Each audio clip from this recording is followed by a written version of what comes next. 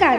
महाराष्ट्रातील विविध क्षेत्रातील बातम्या झटपट आपल्या मोबाईलवर पाहण्यासाठी लगेचच सबस्क्राईब करा राष्ट्रशक्ती लाईव्ह न्यूज आणि सोबत बेल आयकॉन प्रेस करायला विसरू नका.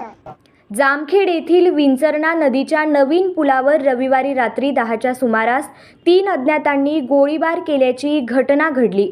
तिघे जण लघुशंका करत असताना येथे लघवी करू नका, महिला आहेत असे म्हटल्याचा राग आल्याने त्यांनी तरुणास शिवीगाळ करून लाथाबुक्याने मारहाण केली. तसेच जीवे ठार मारण्याच्या उद्देशाने तरुण व त्याच्यासोबत असलेल्यांवर गोळीबार केला.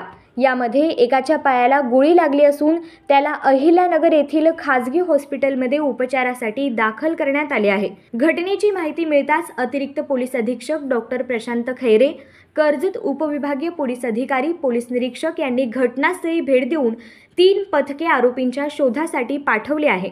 याबाबत जामखेड पोलिसात आदित्य बबन पोकळे, वय वर्ष 20, धंदा वॉशिंग सेंटर, राहणार पोकळे वस्ती, जामखेड याने फिर्याद दिली.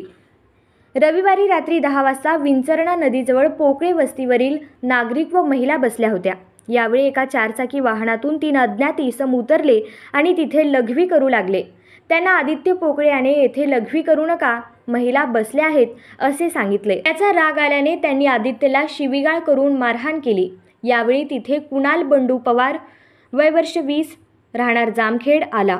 यावेळी 3 अज्ञातांनी त्यांच्या जवळील पिस्टलने या दोघांवर गोळीबार केला. कुणाल पवार याच्या पिंढरीतून गोळी आरपार गेली. त्यामुळे त्याला जामखेड येथील खाजगी दवाखान्यात उपचार करून अहिल्यानगर येथील दवाखान्यात पुढील उपचारासाठी दाखल केले असून त्याची प्रकृती स्थिर आहे.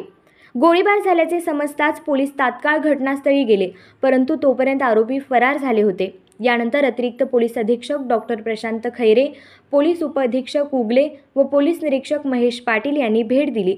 सदर गुन्ह्यात वापरलेल्या कारच्या नंबरवरून पोलिसांनी शोध सुरू केला असून आरोपींच्या शोधासाठी 3 पथके रवाना केली आहे.